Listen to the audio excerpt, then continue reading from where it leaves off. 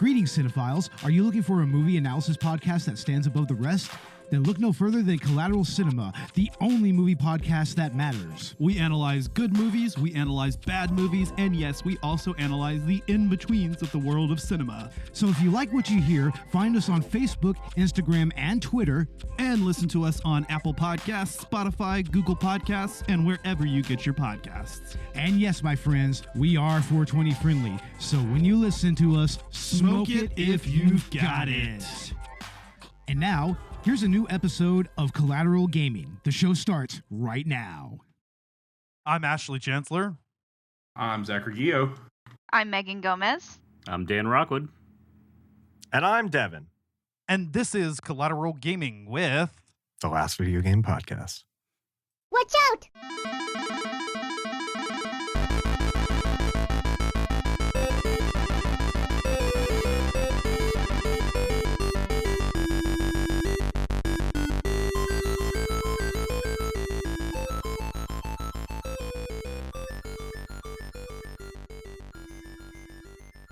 Welcome to Collateral Gaming, the only video game podcast that matters, where we focus on good games, bad games, and everything else in between in the world of gaming. We're podcasting across the United States, and yes, my friends, we are a 420 friendly podcast, so whatever you have, smoke it if you've got it. Welcome to part 2 of our Zelda month episode this season. We are doing Ocarina of Time. We've got a lot of people on here. In fact, we've got 2 guests for the very first time on the show. Recurring guest, Mr. Dan Rockwood, as well as Devin from the Last Video Game Podcast, who joined us for part 1. How's it going, guys? What up, gamer losers? Hey, I take personal offense to that. What's up, neckbeard nerds? Ooh, that's a good... Is that taken? You know, that's crazy. I actually haven't had a fucking neck beard since like my 9th grade of high school, and my band director called me out on it. Oh, no. Hold on, is that That's taken? brutal. I feel like Sounds rude. neckbeard nerds is He a was like- really he good was- name for a podcast. He was like, little brother, I love you, and you're a good musician, but your beard is horrible. Ooh, yeah. You need to shave. Oh my God. Wow. Great That's heavens. some harsh truths. That's, I mean, Hey. you got to tell a man. I mean, No, never Yes. change. when I walk down the street and I see a man with a bad beard, I judge him. I mean, I'm just saying. I mean, do you see my beard now? Alan asks me about his beard all the time, and I'm like, honey, I don't care if you're barefaced or you have a beard. I'm not a guy. Don't ask me. Like, what the fuck? I don't care if you're butt-ass naked or if you're hairier than Osborne. So, yeah, we've got a full house tonight. Megan and Zach are on here with us. I mean, it's a Yeah. Zelda episode, so yeah, it's usually when we Right. all come together. We were all Hey. supposed to be together in part 1, but I think you guys were like sleeping or passed out or something, and Oh, bro. Last night was a long night, brother. Let me tell you. I was having an affair with the taking the Browns to the Super Bowl, the toilet. You know, I was having an affair with me and the toilet. We're having a great time. It's fine. We're great. Migraines are not fun. That's okay. kids. We had our own little affair of our own. oh yeah, I forgot Yeah. you were gonna record with us, and then Yeah. you just right at the last minute you were like, I don't think I can do this. I'm in front of the toilet. I'm like, all right, I get it. Let's. Yeah, I'm literally like mid Bring migraine, your like mic. I can fucking do this, and I'm like powering on my computer and shit, and I'm like trying not to die, sprint to the bathroom, and I was like, Ash, I can't do this. I'm literally vomiting my life out right now. It's fine. Bring your mic. We'll edit out the vomiting Look, and the yeah, shitting. Mike's work in the bathroom. I fail to see the problem here. We'll edit out the shitting, the explosive shitting. No, it was We'll it be was just fine. vomit. It was just vomit. It's just I didn't know what else to call the Just- oh, toilet. good. I was like, yeah. No, when I have really bad migraines, I throw up. So yeah, it was wonderful. I was just dying. I was like, I can't fucking see. There's auras everywhere, and I'm puking my guts out. Ash, I can't do this. Understandable. I'm sorry that you went through that, dude. Yeah, I'm glad you're feeling better, Megan. Thanks. Yeah, all it took was some a bunch of Excedrin and some chocolate and some coffee. It's fine.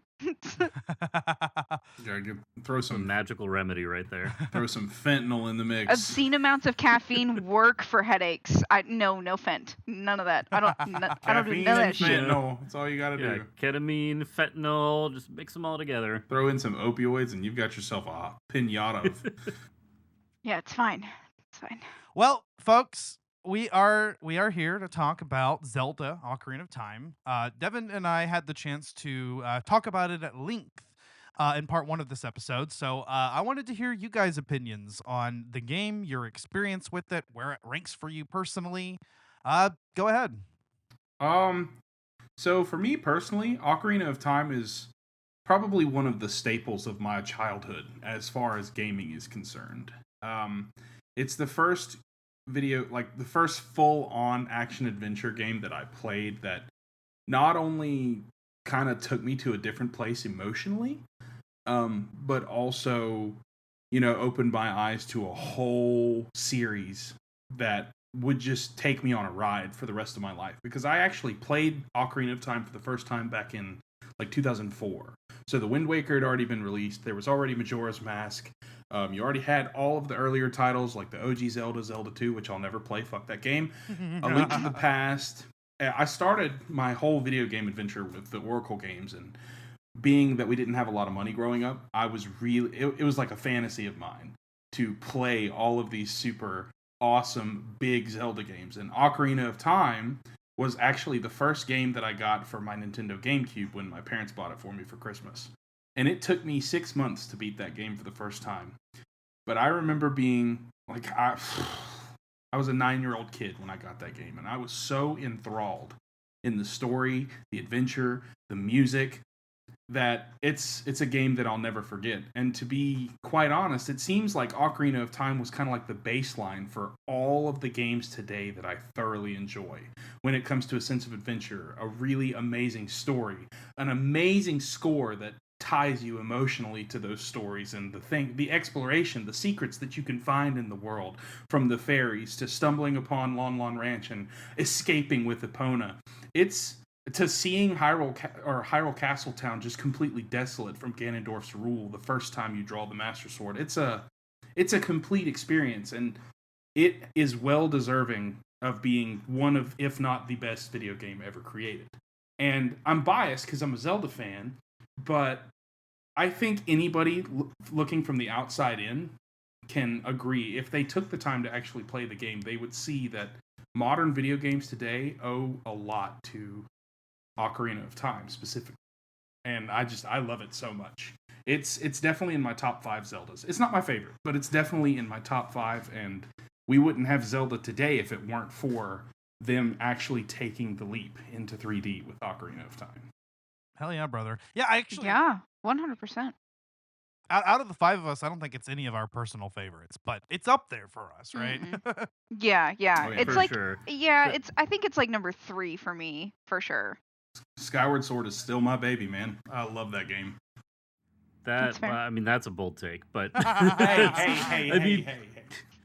that is the beautiful thing about Zelda games. So, I mean, you go through the vast majority of that catalog. It's like you're comparing 8s, 9s, and 10s, and you're trying to rank them. They're all just so fantastic. Yeah. And Ocarina of Time. I mean, I don't think you can look at a best games of all time list and not see this somewhere on there, usually in the top 10 or around there. Yep. Right. And there's very good reason for that. It was the first 3D Zelda game. It brought this beloved franchise into this whole new point of view, really used the power of the N64 extremely well. By that point, we were accustomed, I think, to that style of gaming because you had Super Mario 64 as a launch title.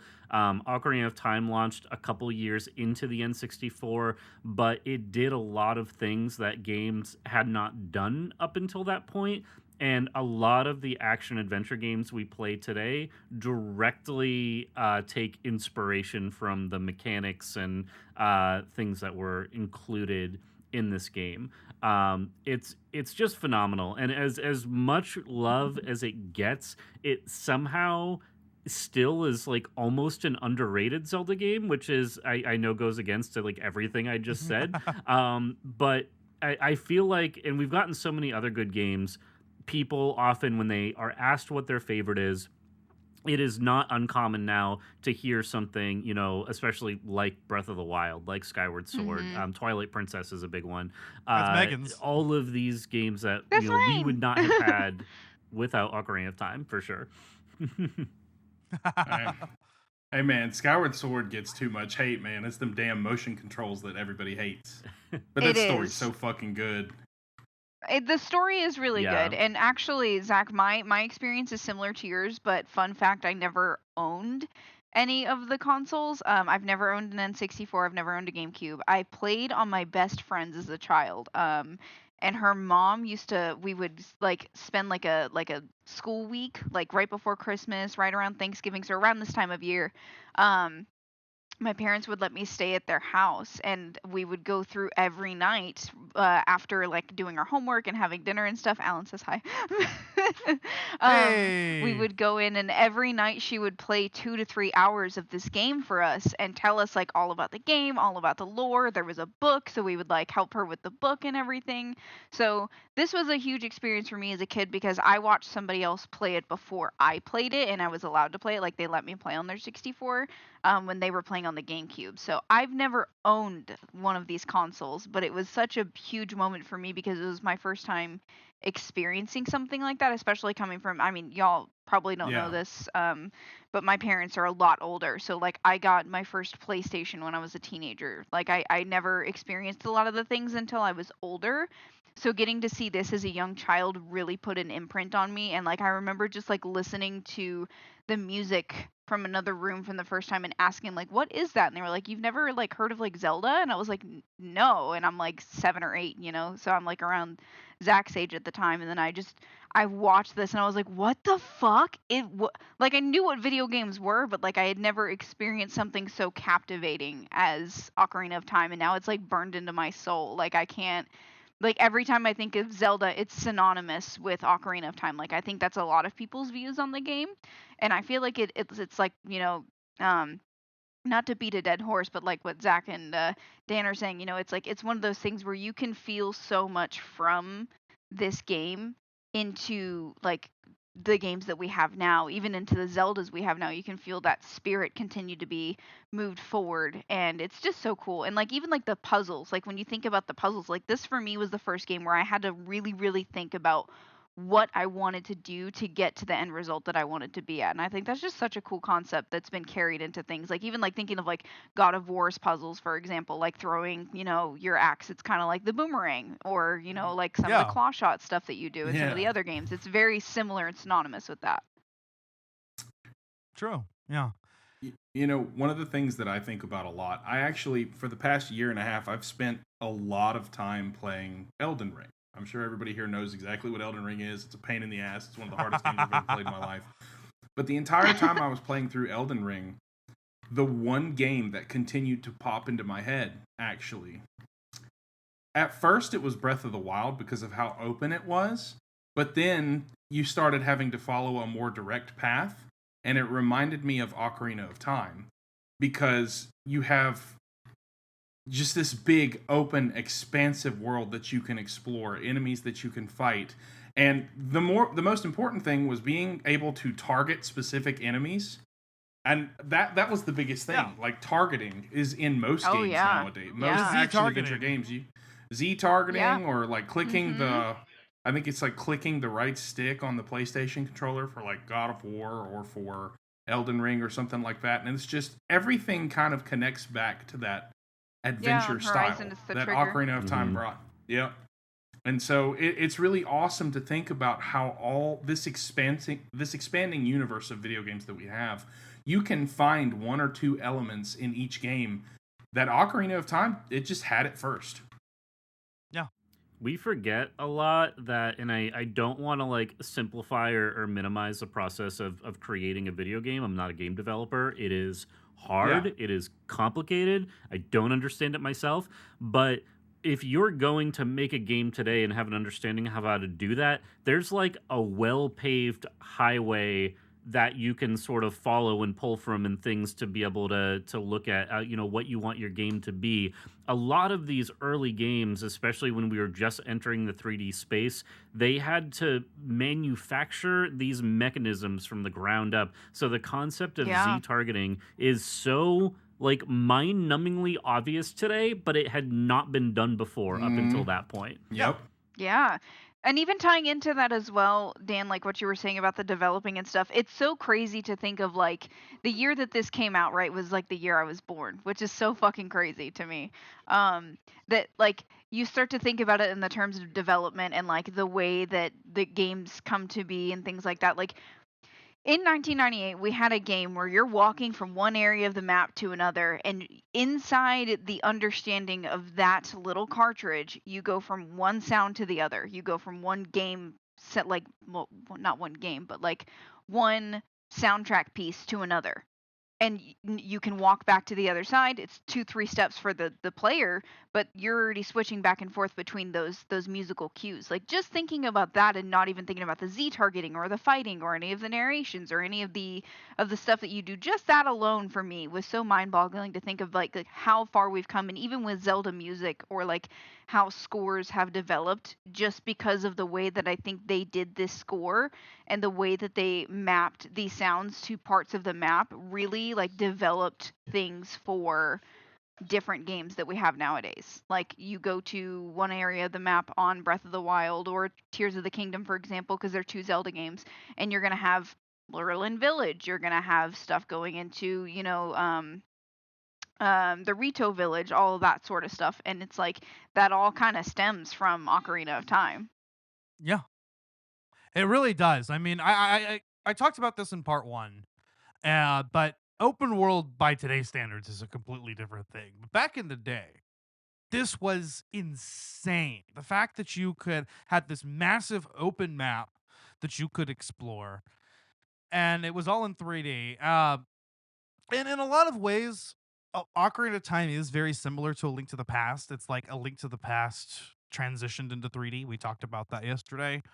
But there Yeah. are so many things that transition to 3D brought that is why Ocarina gets so much credit.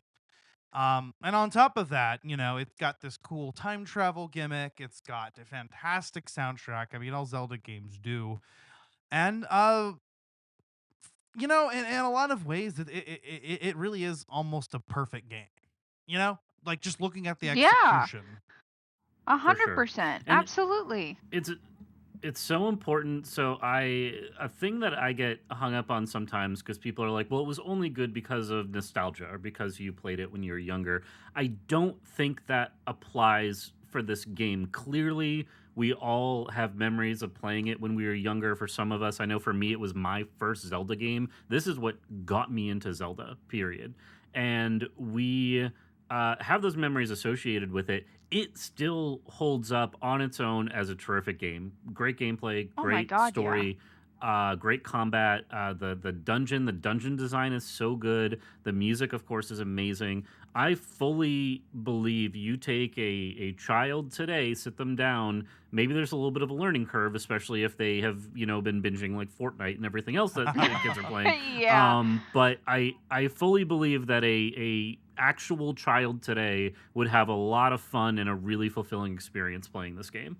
Oh my God, 1,000,000%. And I feel like it would be such a great pathway compared to the games that we have now that children are playing. Like you said, for example, Fortnite. Like that's a battle royale game. This is a game about like heroism and saving the world and things like that. That's such a great narrative and such a great starting plot for the path to become like a gamer and to really like tell your kids like, yeah, like this is from back in my day, but trust me, this is the cool shit. Fortnite ain't nothing. I almost said fart night because I fucking hate that game. I'm sorry, guys. No, you were right.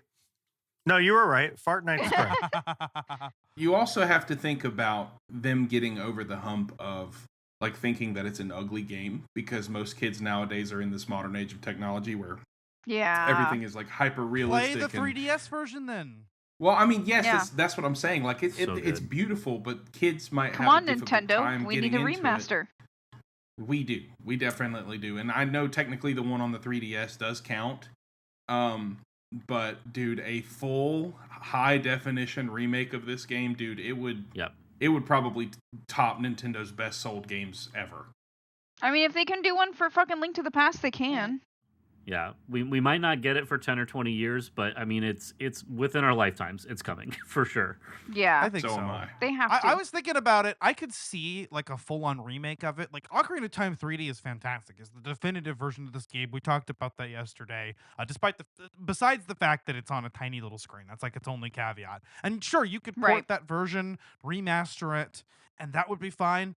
but I think a full-on remake could also be cool. Like you could overhaul some of the controls and like like swimming mechanics and things like that. Like when I was playing through Ocarina of Time this time, I thought about that and I was like, I wonder like what this would look like in a modern context if we sort of but even so, it holds up phenomenally well. This is a game you can show almost anyone, and despite the fact that it's dated, I think they're going to have a great time. Like you guys were saying, you could show a kid this.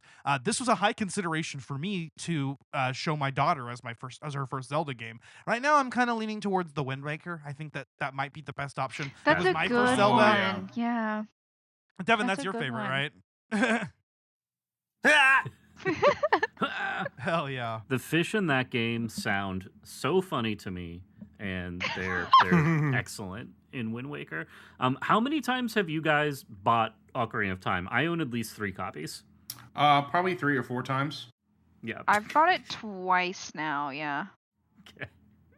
I bought the 3DS version. That's it. You mostly played the 3DS version, I believe. Yeah. Mm-hmm. Which is a great version. Yeah. Like they did This a version. really good job. There are some changes, obviously some changes from the original, but overall, like really solid, really high quality remaster. No. So I played I had the Legend of Zelda collector's edition, which included Zelda 1, Zelda 2, Ocarina of Time, and Majora's Mask, and a demo of the Wind Waker. That's how I played Ocarina of Time originally on the GameCube. That was my first playthrough of the game. That's exactly what I did, Ash. Hell yeah. Yeah, yeah, man.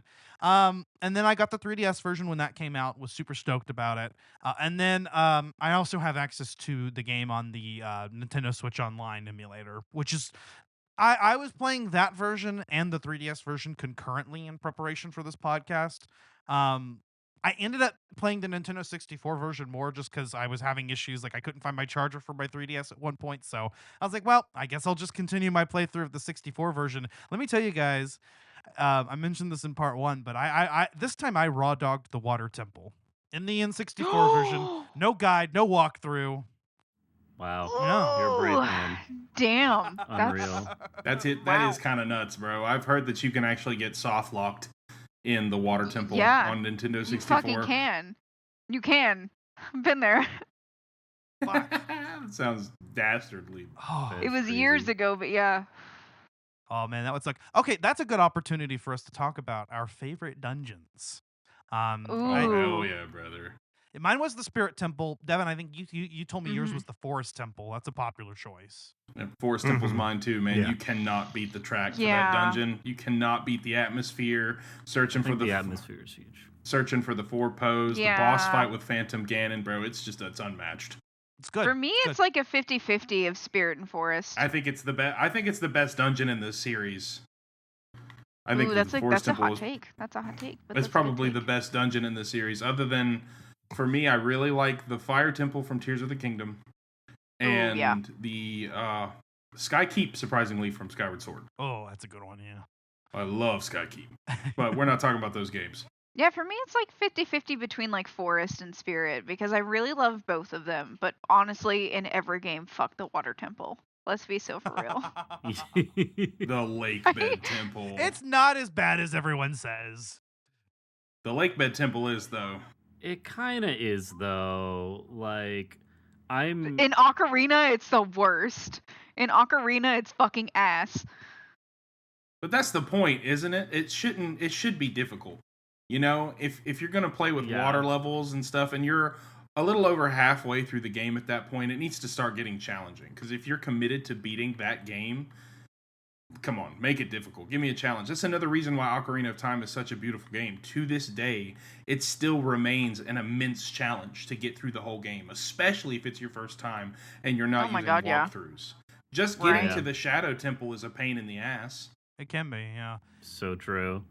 I'm amazed. I mean, no guide approaching this the first time. You're looking at a 30 to 40 hour game pretty easily. And that's impressive to me that they could even fit that onto the N64 cartridge. And not that they're, it's not unheard of for those games of that generation to take that long. A lot of those games were designed with the intention of being replayed and being, intentionally difficult. So you have to try over and over.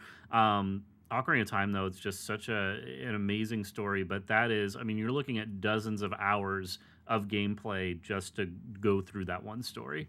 Yeah. And Dan, what was your favorite dungeon? Yeah, so mine, I'm gonna go with the Shadow Temple because Nice. it was just so cool, so dark, literally and figuratively.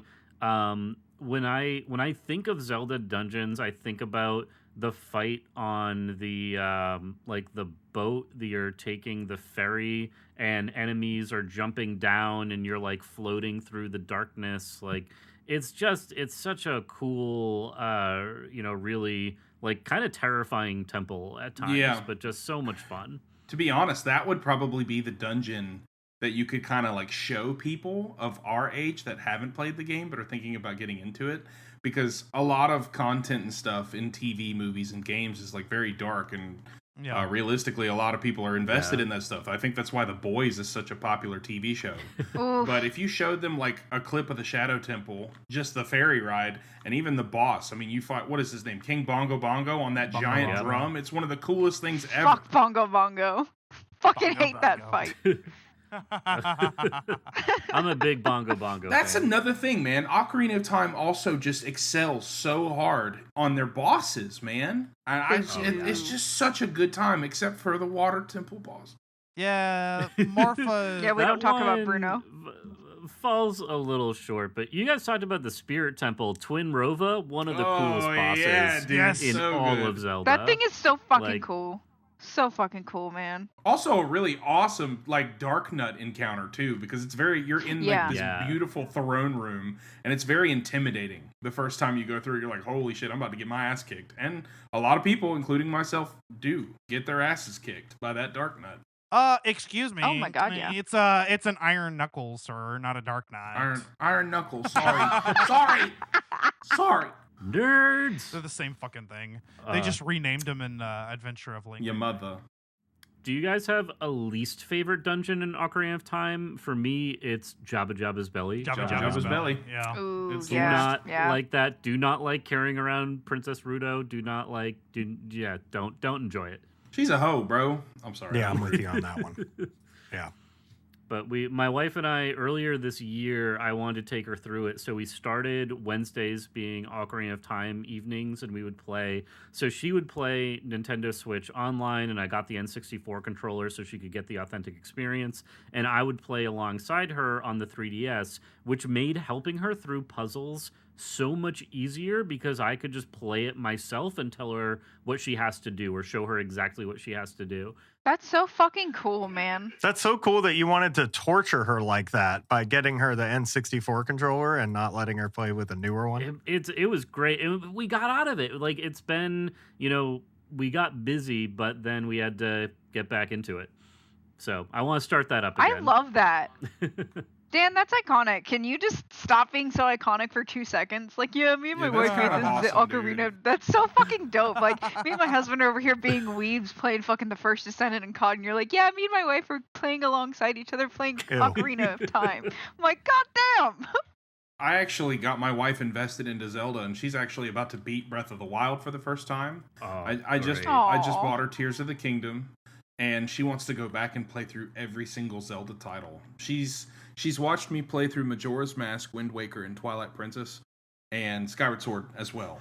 And she wants to go back and experience them all for the first time by herself. And I'm like, go. I would have the Tears of the Kingdom if y'all made me play with that N64 controller. I'd fucking kill you. What a piece of shit design. I booted up my N64 earlier today. When I had my nieces and nephews over, I had Super Mario Sunshine up and was just running around. Super Mario Sunshine? It's like, yep.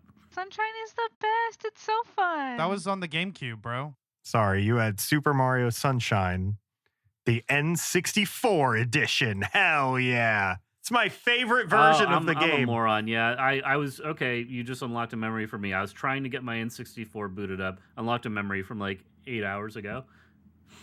But yeah, the N64 was not working properly for me. It kept resetting. I had Super Mario 64 set up, so I gave in and I settled for Super Mario Sunshine. Fair enough. All right, I got you. I love Sunshine though. That's such a good one. Speaking of the Mario games, games, it's a fun one. I actually played just it through. Dude, I kind of want to go back through and play Sunshine because I have the 3D All Stars for the Switch now. Yeah, same. Yeah, I just got that. I just finished my first playthrough of Super Mario Odyssey, and that is an incredible game. So I'm gonna go back. I've never beaten Super Mario 64. Gotta go do that, and then I'll do the other ones as well. The only 3D games I've done for Mario are the Galaxies and now Super Mario 64. So I'm gonna go back through and do that whole catalog because that was a fun time. Alan and I have made like a goal for like our New Year's resolution is to play through like all of our games that we have. So that'll be a fun, interesting experience. I think he played Ocarina, but I don't think he's played too many other Zelda games. He started getting back into it with Breath of the Wild and Tears of the Kingdom. We played them back to back, which was very intimidating at first, especially like when you had just beaten Breath of the Wild and then a day later you're playing Tears of the Kingdom. That was like a very big throw off for me. But like, oh man, I think that would be so cool to have him play through those Mario games and then have him play Ocarina. I feel like he would fucking love that shit. Everybody should play Ocarina. I should. For sure. I think everybody who plays video games ever should play Ocarina. It's essential. It's like required reading in school. It's like The Great Gatsby. You just not even Gatsby. It's like The Outsiders. No, that's yeah. That's what I fucking told Bo, who should have been on this episode, but I guess he's been busy and shit. But I was like, bro, this is your chance. You gotta play Ocarina of Time. It's one of those games. Bo's fired. I know, right? Damn it, Bo. Once Bo actually does get the game completed, we'll just give him a nice little. It'll be a good time. It'll be a good time. So good. Oh man! And finally, if he actually does get through it, make sure you tell him thank you. Just hit him with a nice big old thank you. Oh my god, you did not. Fucking You're welcome. no. Yeah, dude, I did. I have the whole thing. You know, we're gonna be cooking up in this chat real quick. Literally the greatest video games sound effects of all time. Thank you.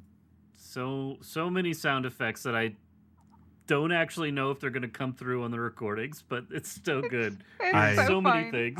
I'm marking the spots, the time, so that I know to use the Discord audio for those, so they'll come through. And also, if Hazel doesn't want to, don't you mean you're marking the time so you know when to insert the sound effects? Yeah, that's crazy. No. And honestly, if Hazel says no to playing this game, just hit her with a nice big old. Well, excuse me. Thank you. Oh man, Beetle is an iconic character. Oh, I love Beetle. He's great. So good. Was his first game? His first game was Wind Waker, right? On the ships, I believe so. Yeah. Which is why it's the best game. Oh, could you imagine what is it? Polygonic. What's the name of the word? Polygonal. Polygonal. Could you imagine a polygonal beetle? That would have been the ugliest character model ever. The fucking nose is all pointy like Lara's tits. No, thank you. It wouldn't have been as ugly as like the Twilight Princess character models. Those are the ugliest characters, man. Hey. They're so Be bad. Nice. Dude. I will not. I refuse. Every time I have to play the intro to that game, I'm just sitting there the entire time like. It's pathetic. I hate it so much. All right, I'm done with the Discord sound bites.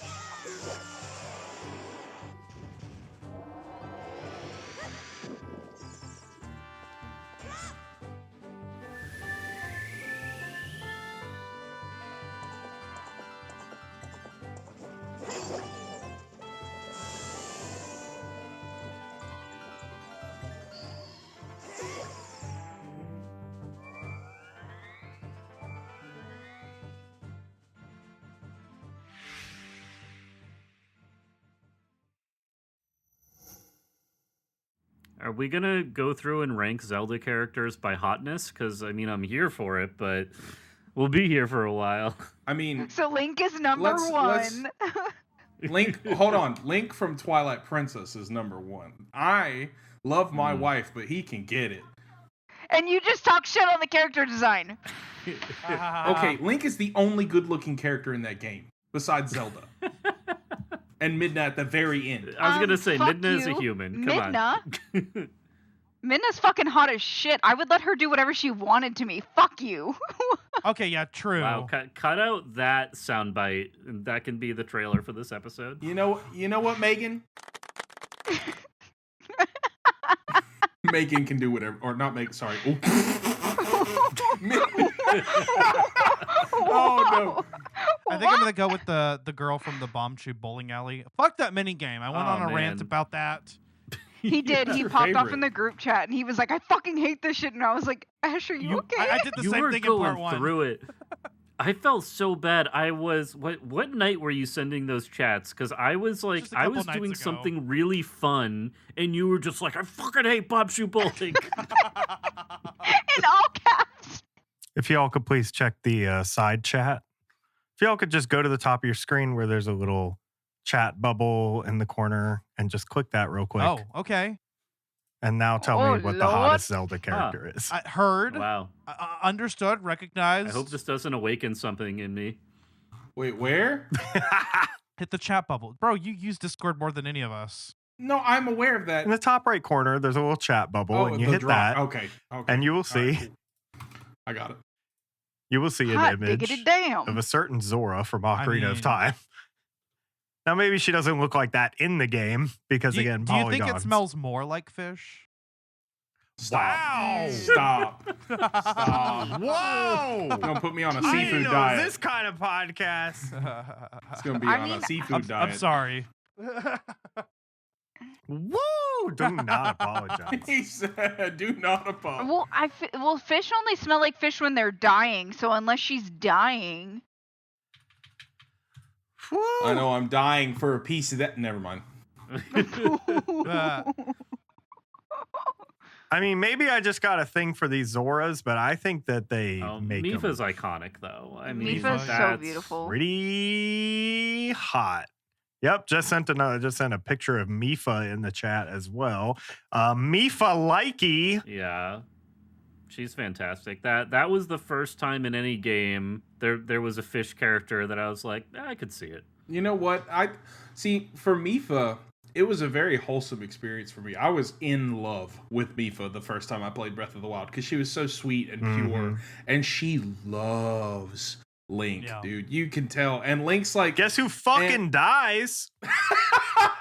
well, Link got his ass kicked so hard he had to sleep it off for a century. So, I mean, you know what? He earned it. He earned it. But For yeah, sure. Mifa, man, touches my soul. she's so pretty. She is. The funniest thing about Ocarina of Time to me is that, never mind, the characters and the relationships and implied relationships, but just the sheer lack of direction I've discovered in replaying it with my wife. Because I have that game memorized. I know exactly where to go. So we'll finish up at a place, we'll be done with, like, after you meet Zelda, and it's like, okay, let's go to Kakariko Village now, and we have to show the guard the note that she hands you and all this stuff. And my wife was just like, how do you know this? The game didn't tell you to do any of that. You just It's pick it like, up. oh yeah, You remember it. You were just back you in the day, underestimate my you know, power. before the internet. Yeah, there was a hotline you could call to be like, I'm stuck, where does Link have to go next? But it's just Skill it's wild. issue. And then things like bringing her to Lon Lon Ranch to learn Epona's song, and she loves Epona, and she's like, I want her. How can I get her? And I'm like, okay, look, I don't want to spoil it too much, but we need to learn the song now so that later in the game when you meet her again, she'll come to you because she'll recognize the song. And it's a really important moment, and we'll get there, but it's going to take a little bit of time before we do. Aww. That's a significant part of the game, actually, is the fact that the things that you do in the past, we talked about this before, affect the present, affect the future. And there's a few examples of this in game. You start out and you have to play through the first, 3 dungeons of the game, which aren't as good as the other ones. But you get through that section and then you jump into the adult era, which is just mind blowing, right? Like everything's turned to Oh my shit. god, yeah. And then they give you an opportunity, to go back in time and change things. And there's even a fucking bootstrap paradox in there. The Song of Storms has broken me. Sure, but in Tears of the Kingdom, there is this character named Purah. Oh, Purah. I love her. Ooh. Mommy Purah, Purah from yeah. Tears of the Purah. Kingdom, dude. Okay, Yeah. yeah, I take it back. Purah's the hottest. And this might be Yeah. one of the hottest video game characters of all time. This is a controversial take. but Mommy, sorry, mommy. You know who could get it? Cass from Breath of the Wild. Something All about that right. All right, accordion, man. I'm calling the cops. That's a bird. I'm calling the cops. That's I'm a calling bird. the cop. I'm calling the police. Bro, we were just talking about fish people. I said it was controversial, and hear me out. We listen and we don't judge. As if the fish hybrid people was Yes. like that's not where the line is drawn, but the birds are where we're drawing the line. Right? That's At what least I you was didn't say wondering. one of the Gorons. I'll get feathers stuck in places I'll never be able to. Now, if there's an interspecies relationship with the Zora and the Hylian, what kind of abomination do we get from that relationship? I don't know, but probably like a really ugly hairless baby with feathers on its backside. Well, Mm, It's like how delicious, wonderful. it's like how a sphinx resembles a naked mole rat. Well, Yeah. I'm never gonna see a sphinx the same way ever again. Now I'm just gonna think I mean- of Rufus Yeah. from Kim Possible. But, Yeah, that's what I think of. You're welcome. I'm so glad I can be here to contribute these wonderful tangents. one of our best friends is an artist, and she does a lot of like pinup style art of a lot of different characters. Okay. And so we have many framed prints in our home of like pinup Purah and Zelda and Oh. a lot of other Legend of Zelda characters. They're extremely hot and extremely sexy. So shout out to Sarah White and everything that she does. I'm She's obsessed great. with that. I had a girlfriend named Sarah White back in middle school. I don't think it's her, probably. That I don't think so either, but that's cool. So back to Ocarina of Yes. Time. We've covered a lot of things that we said yesterday. Yeah, we have. What can we say that we didn't say yesterday? Well, I kind of wanted to jump into the story a little bit more and the characters. I mean, we talked about the gameplay. We talked about the time travel gimmick. We talked about our favorite dungeons, and I wanted to retread that territory with the folks that weren't able to make the episode yesterday. But yeah, like you're right. Like as far I as did want to spend at least 20 minutes on Ganondorf's nose, if you recall, because that thing is incredible. Oh yeah, dude. Yeah. I mean, that thing, Yeah, Yeah. man. So gigantic. that is quite The that is quite boogers the that come nose. out of that thing. I That can't man even can imagine. smell sounds, dude. He found the Temple of Time just by sniffing. That dude can smell cancer like a fucking dog. Yeah, he just smelled it out. Bro found the sacred realm by smell alone. it's a unit. I mean, He memorized Link's scent and just followed it. You just see Ganondorf moving around Castletown like it's crazy, dude. I can smell the little man. When you're watching him through the window, like in Zelda's garden, and Uh-huh. he's kneeling down by the guards, and Zelda's like, look at that man. So cool. He's evil. My wife was like, he's so obviously the bad guy. Why don't they just arrest him right now? And I was like, look, he hasn't done anything wrong yet. And she's like, I don't care. Because that's fucking racist. Just because he's green with yeah. a What big do you have nose. against green people, Dan? Hey, Are we gonna have to cancel you? I didn't say I agreed with it. I was like, he has not shown his true colors yet. That comes later. It's called deception. He showed his true colors the second he looked over at Link and Zelda like, I'm gonna fuck y'all up. Y'all just don't know it yet. Oh, you little shits. I really appreciate like what they did with him in Tears of the Kingdom. And I'm sorry I keep coming back to Tears of the Kingdom because that's not what this podcast is about. But like it We're is part really of a cool triad to where I see mollywop you. like it's like it's a very, very similar story with Ganondorf in that game. But man, he really gets that story really gets fleshed out Yeah. of like where he's from and why he does this and how he manipulates them, and it's super cool. Yeah, I do think that Tears of the Kingdom added a little extra context. We get some of that in this game whenever you get to the Gerudo Valley region.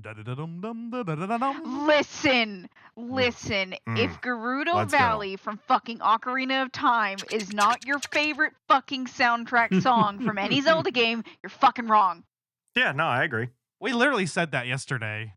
I am saying that with a passion in my chest, like the guy that's talking about fucking Glinda. She came down in a bubble, bro. Oh, yeah. That's me with this fucking sound. I don't give a fuck. I'm gonna be honest, man. I love the Gerudo Valley track, but none of the Ocarina of Time music is my favorite in the series. It's all good. It's all phenomenal. Don't get me wrong. But as somebody who like takes a deep dive into music every single day, full orchestration just pulls my heartstrings, man. And nothing for me will ever beat like the Colgera theme or the Demon Dragon theme from Tears of the Kingdom, dude. My heartstrings melt when I hear those. And then it's good. Yeah, the entire soundtrack from Skyward Sword, like Girahim, the battle with Girahim, knocked my whole scrotum off. It was just gone. Oh my god. I'm sorry for your loss. Impressive. Yeah, dude, it's nuts. No vasectomy needed. No, it isn't. It's Just not full anymore. snip. Oh man, Skyward Sword gave me a vasectomy. It's my next vlog. Yeah, that's my next long form YouTube video essay. Deep dive. Yeah. No, the music's fantastic. Are there any other characters that stuck out to you guys that you wanted to talk about? I mean, those Gorons are little cuties, and you know something that I found out while doing some research yesterday was that apparently, you know, this game was absolutely massive in file size and was very difficult to get to like fit on the cartridge, as y'all were, you know, saying earlier. And apparently some of the things they did, they did some trickery that you wouldn't even really realize. I've heard of that. Where the entire reason the Gorons even turn into a ball is to like save on like animation and polygons so that they can constantly just be in a static ball in the background until you approach them. And then the Zora are just underwater and they're non-existent. They're just bubbles until you go over and talk to them, and then they come out of the water. Yeah, I've noticed that. And again, that's to like save on like, you know, the polygon count and everything, which I think is super cool. But yeah, I think it's I've always ingenious. loved the Gorons. It is ingenious. It's like insane. an IRL Nintendo's zip wild. file. That's tits. Yeah, and you'd have no idea. It is like a zip file, and you'd have no idea. You know, I never thought about that. I just thought that's the way it was. But yeah, I love genius. this game. Which, you know, that like modern day game design is so much more complex and laid out, but you also have to think about how brilliant it is to create those tiny little shortcuts that are constantly repeating on themselves. Yeah. Because you would almost think that would take more focus and more processing power than just big open pre-created landscapes. Right. That's Hey, you so gotta think about wild. these That's such things. a cool Yeah. factoid. I Yeah. do love those little That is fuckers, cool. though. I think they're Yeah, adorable. it reminds me of in Shadows of the Empire on N64. Like they didn't have the full like orchestration for the Star Wars scene, but they were able to, you know, pull some tomfoolery to be able to get it in there by using the sound mechanics that they had and listening to it. It just sounds so cool. And yeah, the developers, they had, you know, one hand tied behind their back while they're doing this stuff, and they were able to find ways and shortcuts that now it's like that's. Yeah, a lot simpler now to be able to get that stuff in, and you don't need to sacrifice necessarily when you're building the stuff out. My man said tomfoolery. He did. Can we talk about Link's true ship? His actual true wife, Malin. Yes, Ooh. bro. I think is the true. The you know, we all want to ship Link and Zelda, but I think Malin is his true love. I was always kind For of sure. sad when they didn't end up together, but there's actually have you guys heard of Major Link on YouTube? He does a series called oh gosh, what is it? The Path of a Hero or something like that, where he wrote an entire script and story about the Link that goes back in time and actually grows up, like the hero of time. Oh yeah, grows that's up. the nerdiest thing I've ever And heard. it's like What? he like runs into, well, no, if you haven't seen it, you need to watch it. It's so breathtakingly good the way he did it. And there's one moment where like he runs back into Castletown after all that time, and him and Malin make eye contact. Wow. And it's I thought you just were gonna say make out. the whole thing is so good. Let me look it up on my phone right now, because you guys, they're all like have to check 40 that and out. 50-minute episodes, and there's like 10 of them. Mhm. And the dude like That sounds took those character designs and modeled full cutscenes, story, and characters from them. That's wild. Hero's Purpose. That's what it's called. It's called A Hero's Purpose. If you love Ocarina of Time, you need to go back and watch this, because it'll make you cry. All right. The first episode had me sobbing. Oh, really? All right. Oh, Oh, dude, God. it's so good. Actually, if y'all want, after we're done with this, we can watch the first one if y'all have time. Because I'm just hanging out. Hell yeah, man. Yo, Link kind of a harem in this game. We got a lot of little girls in this game trying to It's grab true. his attention. It's true. That's kind of a staple. Yeah, we got Saria, we got I was gonna Malin. say sorry. Yeah. Saria, Malin. Saria, not sorry, but I gotta go. Oh, yeah. Bye. Yeah, you're a child. That's a little weird. Sorry. Okay, well, Brother. all right. Brother. You know who's another never grows character up. that like? Yeah, no, she never does. Cowgirl. That's true. Well, you never see it, I guess, in all technicality. Right, you don't No, see- she's a Yeah. Kokiri, so she never grows up. Oh, Yeah. right. Yeah. You have to have a special sword. But yeah, you know another character. I actually brought this up. I'm not going to mention her name because her ex is a fucking psycho. But one of the closest people in my life just got married, and I actually brought up this game in her wedding during my wedding speech. I was like, I said something, Oh, and sorry, I was like, that's the nerdiest thing I've ever heard. yeah, well, we grew up like playing this together. Like she would like come over and we would all play. So I wanted to bring this up because I'm pathing into Navi. I said, and may you never forget that there's going to be someone who says, "Hey, listen," just like Navi at the end of my speech.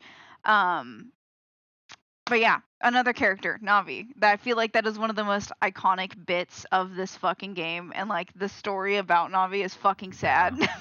It's so sad. Yeah. So we all like Navi here. Oh, yeah. Navi's fantastic. I like Sorry. Navi.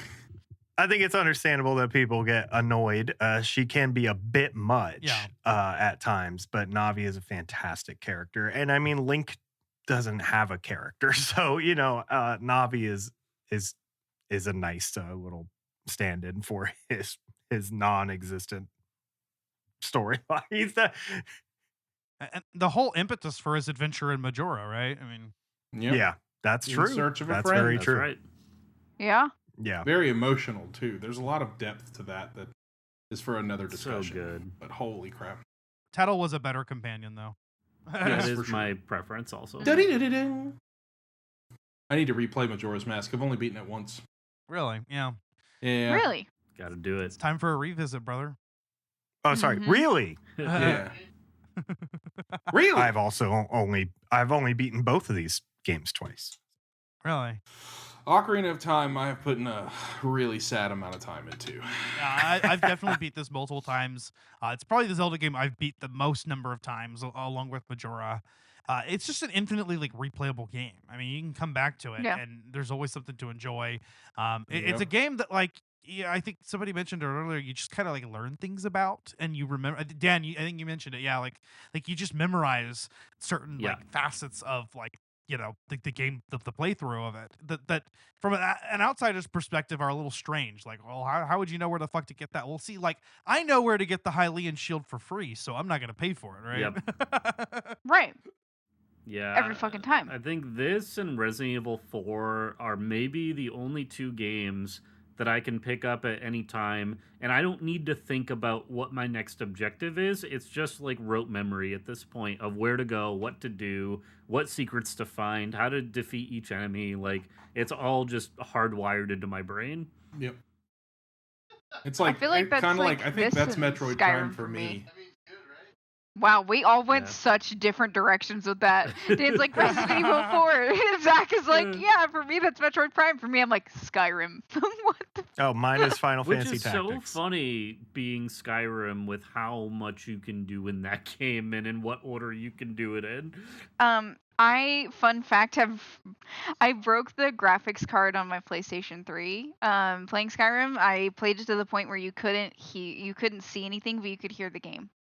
I've probably put collectively 4,000 hours into Skyrim, so I know like pretty much every facet of the game. It's pretty much memorized for me. I believe So it. you cheated. Yeah, and I'm sure Elder Scrolls 6 will be just as I good. believe it. When we talked to we did a Skyrim episode together, you and I. So Yeah. That's one of my top 5 for sure. So like the Skyrim and Ocarina of Time are the two where I'm like, I know what the fuck happens here. I know what the fuck Yeah. to do. yeah, it's weird how like after all these years I can pick up this game and I still remember it. Yeah. You know? Oh, it's unforgettable. Yeah. Yeah. Wild. I'm like, wow, I actually like remember like the specific thing, and yeah. It honestly it's a game that's not difficult to 100%. I mean, how many of you have actually done that? I have not. The I have. Skulltulas and the pieces thank of you. heart. I've never had the the brain power to do Really? all of those. No thanks. I still have my original save What? file from when I was 8 years old. It's on the cart that's playing behind me right now. I have 98 Skulltula tokens out of 100. The problem is I don't know which 2 I'm missing. But one of these days, I Oh, should just no. open up a Just go guide through everyone. and just go one by one methodically. That would be like a really annoying but kind of Yeah. funny live stream to do of like, come with me as I try to find the last 2 tokens in this game.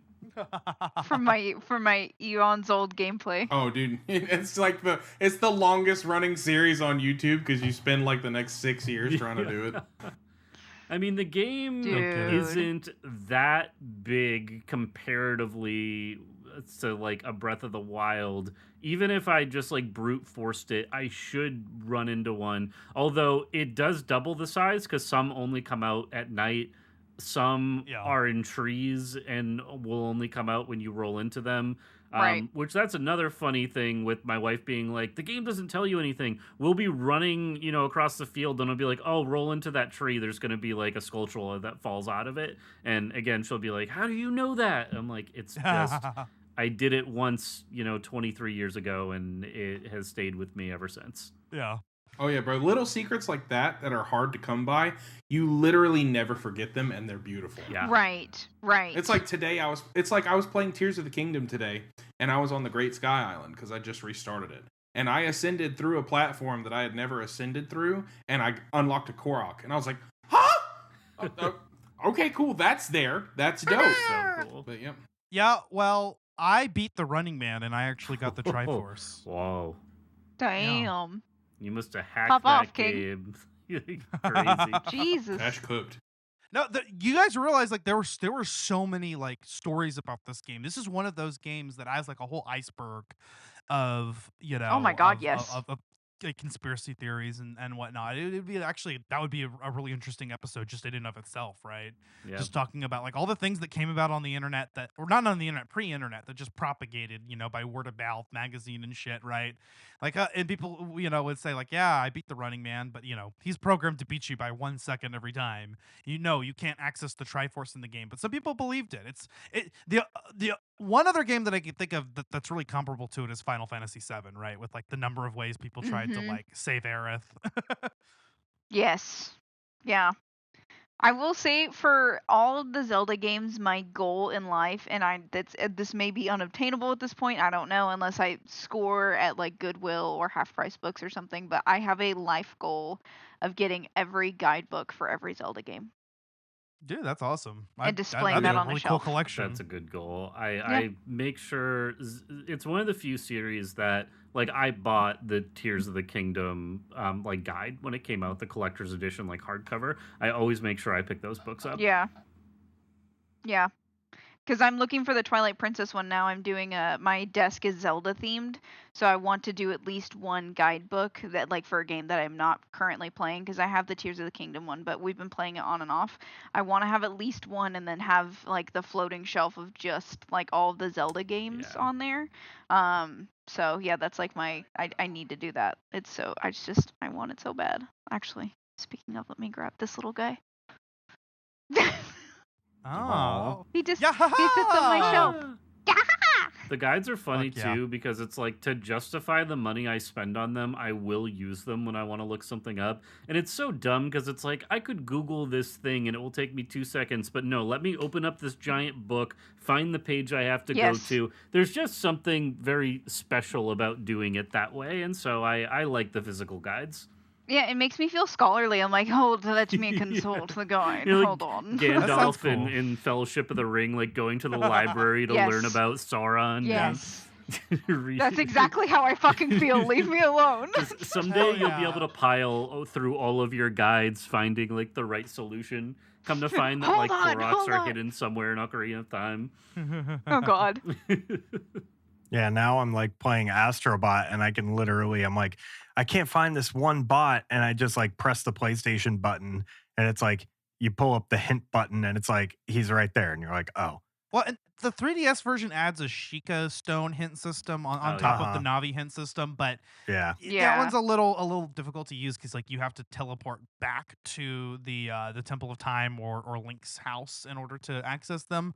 But I did find that those hints are actually pretty cool because they're just obtuse enough and to not really like hand give you the solution, but show you where you need to go and what item you may need to use, which is nice. So if you do get stuck, then you can do it. But I mean, personally, I think that's a skill issue. Krill issue. But all right, guys, I guess we'll go ahead and start wrapping things up here. We're gonna. It is Christmas time. Put a nice little bow on it. Stop. Get out. Hold on. Adios, pal. I have the perfect little sound bite for this. Hang on. Where is it? I'm done with the sound bites, he says. There we go. That was so. Why? Yeah, it was. I'm See how sorry. that was relevant. My ears. But all right, so we'll do our final thoughts on Ocarina of Time, starting with our guests. Dan, what are your final thoughts on The Legend of Zelda: Ocarina of Time? I just love this game. It's so great. There are a lot of people out there who replay this every single year, and I support that 100%. I don't replay it that often, but it's just a total comfort game. It's a game that holds a lot of meaning to me. It brought me into the Legend of Zelda series, which is my all-time favorite series of all time. The direct sequel to this game, Majora's Mask, is my favorite video game of all time. It just holds Same here, brother. so much great meaning, and there's so many things we didn't touch on in this episode, and maybe you guys talked about it in part 1 that I wasn't on, but things like, Zelda and Sheik and that whole thing, and all of we touched on the temples, and there's so many great side quests. The to get the Bigoron sword, there was that whole like massive sequence of things you had to do, and one of my favorite moments in this game, and it kind of mirrors Super Mario 64, and a slight spoiler to the ending, but after you beat the game, it's as the credits roll, it shows you the whole world and all the people that you've helped, and it goes through, and it's just such a nice reminder of just everything you did and everything you accomplished in this game and all the people that you helped, and it just makes you feel really good. It's like the definitive story of the hero. In literature, you look at like the hero's journey and how that manifests and everything. This is such a good classic video game example of the hero's journey, and I love everything about it. I don't have enough good things to say about it. It's fantastic, and if you're listening and haven't played it, pick up a copy and check it out, because it is a great video game. Hell yeah. I mean, yeah, you can pick it up on Nintendo Switch Online. You can emulate it. If you have a 3DS, you can play the 3DS version, which I recommend. Yeah, we didn't talk about, I don't think we ever did talk about the Zelda Sheik thing. I mean, and that's kind of a thing that, like, I think a lot of us took for granted because we played Smash Brothers. So, like, we knew coming in. I mean, I did. I played Smash Brothers before I played Zelda. So, like, I knew. But that was a fucking thing, right? That was a huge twist. Yeah. Yeah, that was huge at the time. Huge. Yeah, I played and beat this before Smash Brothers Melee. Sheik being in Melee was a really big deal to me, and I'm like, that's so cool. I mean, Zelda being in Melee was a big thing for me. I was so excited to finally be able to play as a character. It's so cool. Alrighty, and Devin, concluding our thoughts on this, our discussion on this yesterday and today. What are your final thoughts on Ocarina of Time? It sucks. This is a shit game. It's just bad. Don't play it. Go play a good game like Fortnite. Put Link in Fortnite. In a time where they are experimenting, trying to bring the 2D games into the 3D world, and games like Sonic are failing miserably, Nintendo is knocking it out of the park one after the other. Mario, and then Star Fox, and then Zelda, and then unfortunately Donkey Kong, which they really fucked that one up. But they really put it. It's so clear how much work they put into it. Like tripling the amount of people, quadrupling the amount of people that are working on it compared to other games. It's an absolutely massive game. There's a million reasons why people love it so much. There's a reason why it's people's favorite game. There's a reason why it's on all those, top 10 lists. It is a beautiful game. It is a fun game. It's a heartwarming game. Great story, great characters, great music. It's a 10 out of 10 video game. And it influences every action adventure game to come after it. It's a fantastic video game, and I think a lot of times with these older games, you maybe take them for granted or kind of forget like how good they are, and then you spend 2 hours now talking about this game, and I remember, God damn, this is a good fucking game. Like, wow, this is a really fucking good game. And I'm so thankful it exists. Do I want to go play it again? Not really, but I'd rather go play a newer one. But like, man, it's good. And I just want to go put on the opening theme and just have that menu music, that title screen music with Link riding Epona with those horse hoof clacks in the background, and just listen to that and fall asleep tonight. Hell yeah. I've done that. No shame, I've done that. Yeah. I think it's a game that, like, okay, for instance, I believe Raiders of the Lost Ark is an example of how you should do a movie, right? Like, I just watched that before the podcast. Nice. What a coincidence. No Nice. kidding. But like, that's an example of like a damn near perfect movie. Like, that's how you make a fucking movie, right? I feel like that should be an example. I feel that way about Ocarina of Time in gaming. Like, you ask anybody, like, how do you make an action adventure game? I'd show them Ocarina of Time. Like, that's how you fucking do it. Yeah, absolutely. I think my daughter's trying to come in. Give me 1 second. Oh. Hazel! Hazel time. Hazel B. It's time for Hazels. Oh my gosh. Come say hi. Come hop on the mic. Come on. It'll be fun, I promise. No? All right. She says no. At least come pop in the camera so they can see you. That's okay. All right. You don't have to. It's okay. Oh, she's shy. Oh, no, she wants to. Oh, Hazel. Hazel! Welcome to the first time on the show, Hazel. Spawn. Yay! Aw, Oh, so she's hiding shy. behind Dad. She's She's attached like, at I'm the hide hip. back here. Like, she would not leave me alone. Yesterday, while Devin and I were recording, she was here the entire time, like just like by my side. I was Oh, That's precious. oh, Hazel B. she's so cute. all right. Continuing our final thoughts. Zach. So, Ocarina of Time is one of the best games I've ever played in my life. It's open, it's expansive, it's beautiful. It excels in every area that a video game should excel at, and then some. The storytelling is immaculate.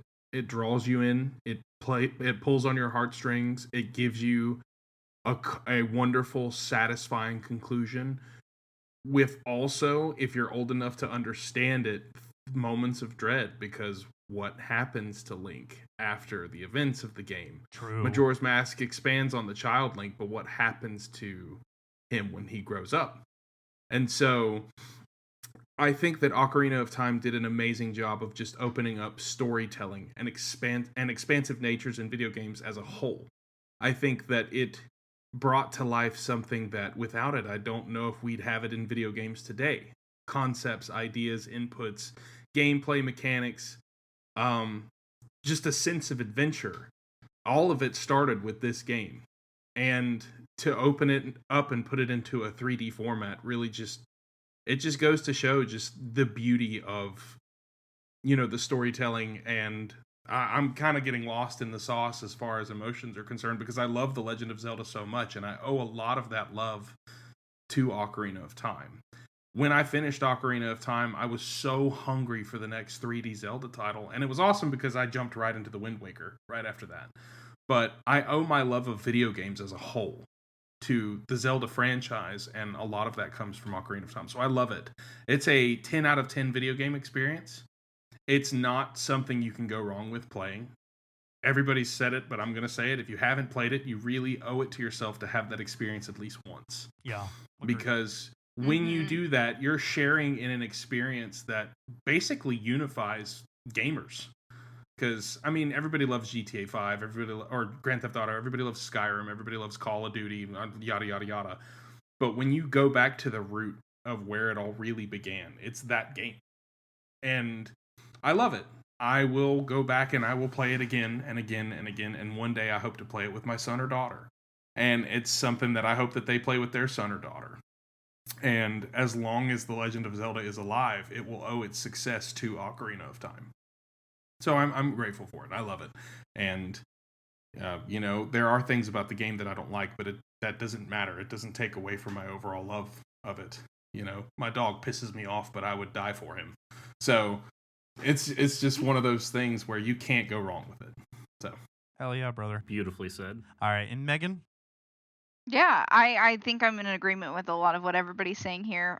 This was like a really big introduction to what would kind of shape a lot of my life. A lot of my life now is spent gaming, and I'm on I went to a wedding and people are asking me about this podcast that I'm on, and oh my gosh, you play video games, and it's become like a big central piece of my life, and a large part of this started with just the wonder that is The Legend of Zelda: Ocarina of Time.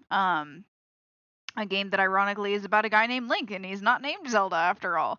And I feel like there's so much that I love about this game that it's very hard to surmise this into words, but it's such a huge core memory for me, running around as Link in this 3D game. Of course it's been a few years since it came out whenever I played it, finally for the first time, but it's a game that, like everybody else has said, I'm going to go back to. Alan and I are currently trying for a baby, and I feel like this is definitely going to be one of the ones that I show my kids very early on. We've talked about doing a Friday night tradition of making sure that we open up a game like this and show it to our kids and show them what gaming was like for us and what it can be like. And it's not always violence. There's sometimes very heartfelt conversations and things that happen, and showing the true beauty and duality of people. And I feel like this game very well accomplishes that, and it shows that even in silence you can convey a lot, because Link is a silent character. And there's so much that I want to say, and I'm trying to keep it short because I know we've been talking about this game for a little while now. But I just love it, from the soundtrack to even just now, even though it seems quote unquote outdated for me, I guess it's nostalgia, down to the graphics, to the mechanics, the gameplay, the characters, the story. There's so much about this game that is so beautiful. And there's so much about this game that transcends itself through time and carries its legacy into other parts of the franchise, into other franchises, into gaming as a whole. I feel like it's shaped a lot of gamers as a whole, and I feel like I know Ash and I talked about this a little bit on our Doom episode, and I know we're doing a lot of big heavy hitters this season, and a lot of things that have kind of shaped the way that gaming is today. I feel like this and Doom, and they come from such a similar time era.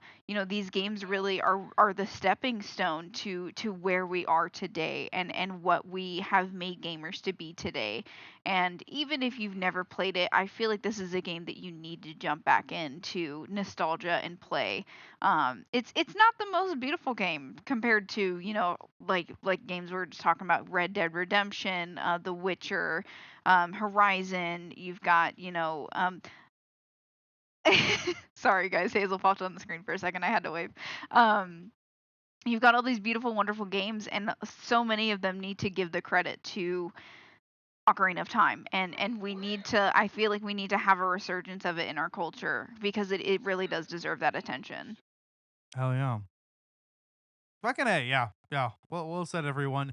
As for my final thoughts, yeah, I mean, this is definitely up there. It's one of my favorite video games of all time.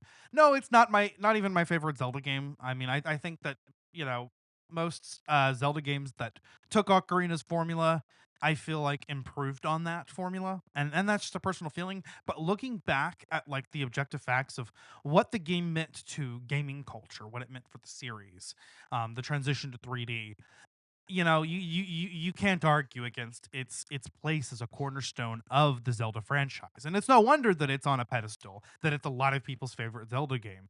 Um, and in a lot of ways, like I said, it kind of holds the series together. It's the central point of the timelines. All timelines diverge from Ocarina of Time, which, by the way, I went on this rant last time, but 100% intended. The split timeline was always a thing. One, that's just conventional time travel logic. Two, the Wind Waker intro fucking like mentions it. So yeah, fuck anybody that says that the split timeline wasn't always a thing, because I knew it was a thing long before Nintendo announced it. Oh yeah. But yeah, Ocarina of Time, from the soundtrack to the dungeons to just like wandering around the overworld, finding secrets, fighting every enemy. I mean, this is the game that gets everything right. And again, it should be used as an example of how to create video games. I mean, I don't know if we even have some kind of analog to the National Film Registry in gaming, but if we did, Ocarina of Time should be on there. And Doom. Oh. Yes. Definitely. So yeah, I guess that wraps up our thoughts on Ocarina of Time. We finally got into this game in season 7 of Collateral Gaming, and I'm really happy that we did do this for Yeah. Zelda month this year. We'll go ahead and give our guests a moment to talk about themselves and plug their shit. Starting with you, Devin. Where can our listeners find the Last Video Game Podcast, and what do you got cooking? If you open up your bedroom window at 4:30 a.m. on Monday morning, a crow will fly onto your windowsill and deliver you a handwritten note. And on that note will be a link, and you'll open that link in your browser of choice, and it will bring you to the Last Video Game Podcast's latest episode. You can find it on Apple Podcasts, Spotify, Pocket Casts, whatever platform you listen to your podcasts on. It is called The Last Video Game Podcast, where me and my co-host Austin and my co-host Max talk about whatever we have been playing recently. And yeah, you can find us on Twitter or X at Last Game Cast. And we are done for the year. But our last episode, we talked about Marvel Rivals. And our next episode, we'll be talking about our favorite games of the year. So yeah, thank you guys so much for having me. It has been a blast. Hell yeah, man. Yeah, it's been great having you on. And Dan, Yeah. we met through Victims and Villains. We've been podcasting for a few years, and I know you write for TechRaptor. So go ahead and let our audience know once again where we can find you and what you're working on. That is right. So if you acquire a telescope and at the next harvest moon aim it to the lunar surface, you will see etched in the moon dust the URL to find me at TechRaptor. or you can just go to Google. If you search Dan Rockwood TechRaptor, I show up right there. One of my most recent articles, I was interviewing the guy behind the social media channel, The Scenic Gamer. He drags a CRT TV and retro games to locations inspired or based on where the games are set. So he plays Wind Waker at the beach. He's been doing Grand Theft Auto 5 all over LA at all the locations in the game. It's a very cool channel, and I was really excited to connect with him, get some behind the scenes information on how he does his thing. And that article is up live, and we have a recorded interview on YouTube as well that you can check out at the TechRaptor channel. And like Ash said, I came over from Victims and Villains. Shout out to those guys, and I got this is a good reminder I got to reconnect with them. It's been a while since I've been on an episode over there, and I absolutely love podcasting with them. So I'll have to see if I can sneak my way onto a show and talk some movies again over there. Hell yeah. And Yeah. we love our friends over at Victims and Villains. Over on our sister podcast, Collateral Cinema, we just did a crossover holiday special, as we do. We talked about Terrifier 3 on our end and Black Christmas on their end. And that was a lot of fun. So by the time this episode is out, that holiday special should be out. Also, our holiday special, Zach, you and I, we're going to be talking about The Grinch, a game that you recommended, and I'm really excited to get into it. I think actually we're going to end up recording that the day after Christmas, but whatever, fuck it. And It's fine. also, we should have out our Collateral Let's Play holiday special. So on the Collateral Cinema and the Collateral Gaming YouTube channels, you can find the latest Collateral Let's Play. We're going to play through day 1 of Parasite Eve, which is a Christmas game, and is a great fucking game, by the way. And and next week we'll jump back to our regular series, Phoenix Wright Wednesdays and Call of Duty Saturdays. We should continue our playthrough of Turnabout Sisters, Case 2 of Phoenix Wright Ace Attorney, and then we'll be jumping into Warzone with the next Call of Duty Saturday, which I have not played in a very long time, and I'm probably going to be trash at. But It's gonna be fun. It's all right. Because it's riddled with fucking hackers. oh yeah, nice. Oof. I'm looking forward I to felt it. the venom in that sentence there, Zach. It's okay. You're okay. I'm sorry. Meanwhile, I'm gonna be playing TFD. Nice, hell yeah. But if you managed to get through the entirety of this episode and you haven't listened to part 1, I do recommend you go listen to that as well. And we'll have out our post-holiday bonus round here towards the end of the month. If it's not out already, where we're going to cover season 3 of The Angry Video Game Nerd, talk about our top 5 favorite episodes. Bo and I have been doing that every year now for 3 or 4 years, talking about AVGN, because you got it, man. He plays all the shitty games that suck ass, right? He's playing some games the worst he recalls. He's gonna find out which one sucked the most balls. So stay tuned for that. And then we'll be doing our year in review sometime here in January, where we're going to cover all of the games that came out this year that we didn't get a chance to talk about. Girl. I mean, I wanted to cover Wukong. We didn't really get around to it. Indiana Jones came Yeah. out, and that game is fucking awesome. It rules. It's I haven't so played fun. it yet. I'm so excited It's though. really good, Megan. You're gonna I love love it. Harrison Ford so much, and Oh. it's Indiana Jones is Alan's literal favorite, so I think we're gonna play it together. So I'm just like, I gotta. need to play it right now. It's a fantastic video. Troy game. Baker does It's it. very so good. terrific. Troy Baker's incredible. I mean, it's Troy Baker. Let's be so fucking for real. That man can't do anything wrong. I love him. I just love him. Him and Matt Mercer. Yeah. Man. Yeah. I was watching Raiders of the Lost Ark today, and I was just like, wow, how is he so It's young? funny how ubiquitous he is in the gaming space, yet so impressive. Yes, I love Yes. him. Troy Baker is the shit. Hell yeah. Incredible. So man. we'll talk about that and more games. Astrobot, since it won Game of the Year, definitely. Metaphor, Refantasio. Astrobot. Yeah.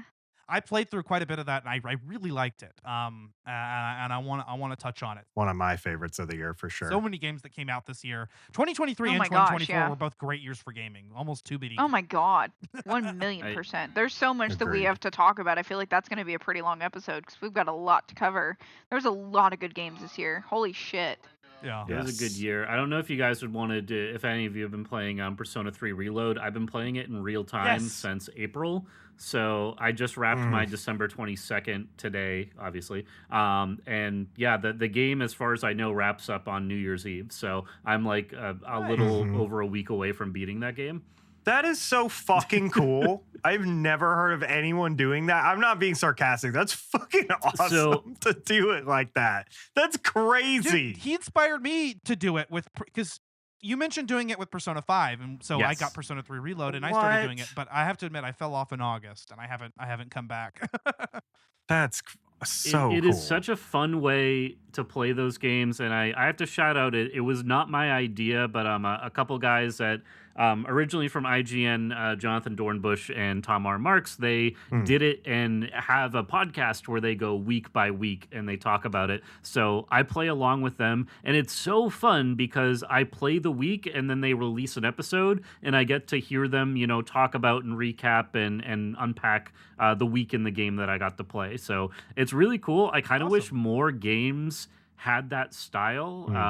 I was actually thinking about, I know it's like, over 2 decades at this point, but a podcast about Ocarina of Time that just brings you through like dungeon by dungeon and talks about it, like that would be a really fun companion for that game that, as far as I know, does not exist yet.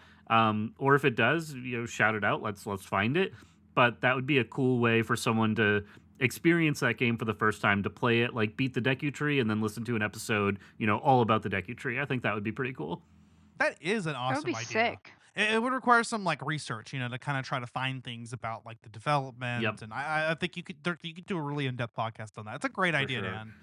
But the Persona is great because those games are so packed and so dense. There's a lot that I would miss completely. But these guys who are very intelligent and well versed in JRPGs, so they're like, oh, and if you go to here at this time, you can talk to this character and get this. I would have had no idea you could do that. So Right. it helps me like stay in up to date in the game and do new stuff. It's really fun.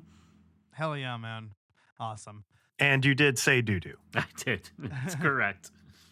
So we'll have our year in review episode, and then next month is going to be our 50th episode.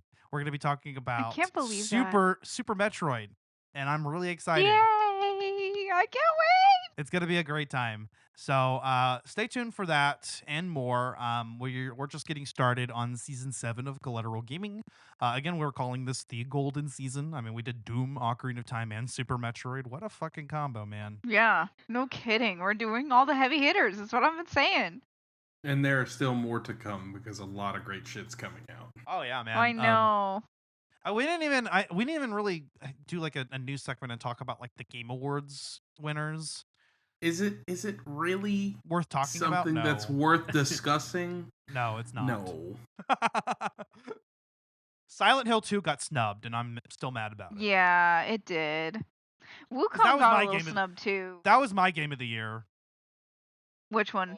Silent Black Hill. Myth Silent Mine was Hill, yeah. Wukong, dude. That game was fantastic. Wukong was beautiful, man. It's good. Although apparently the developer went on like a tantrum because he didn't win Game of the Year. Like he'd written out his whole like acceptance speech and everything, and I'm like, dude, like touch grass. I'm sorry. Yeah, that's kind of bad. It's a great game, but like, come on, dude.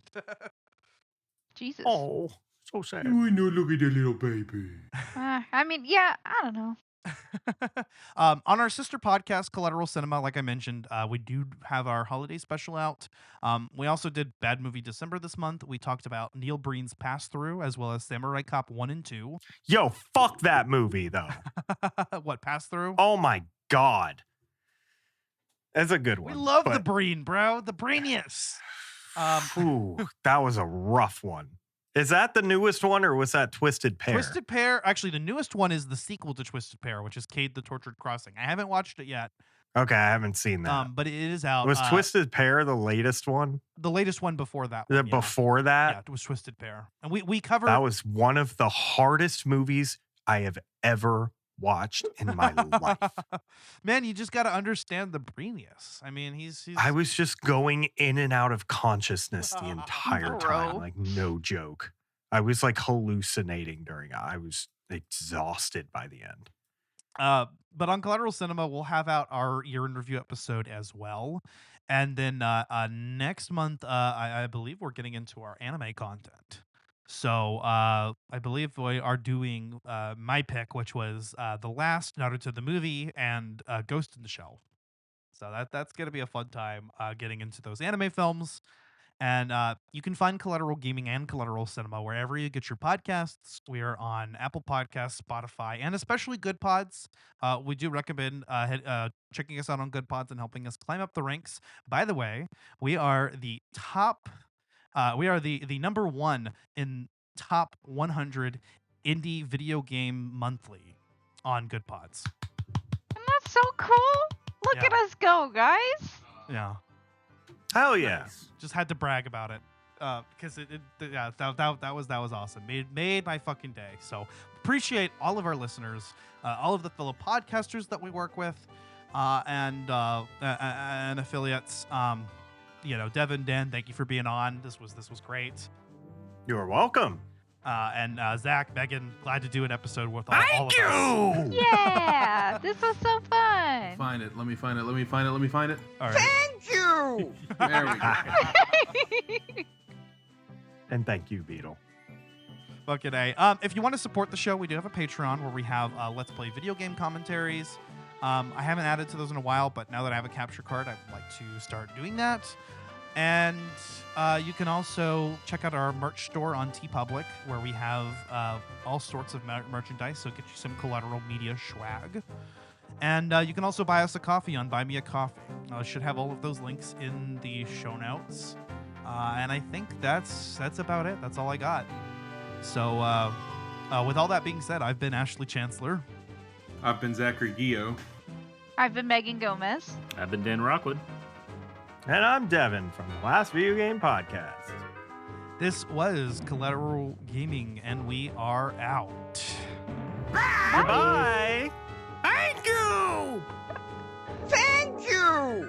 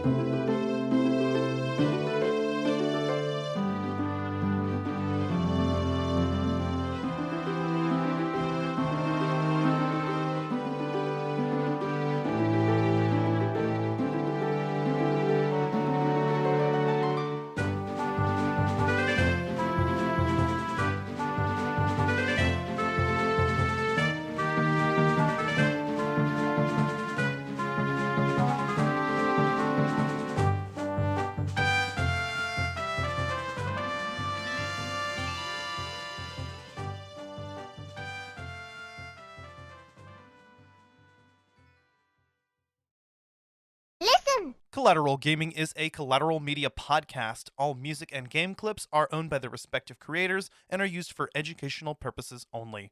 Please don't sue us. We're poor.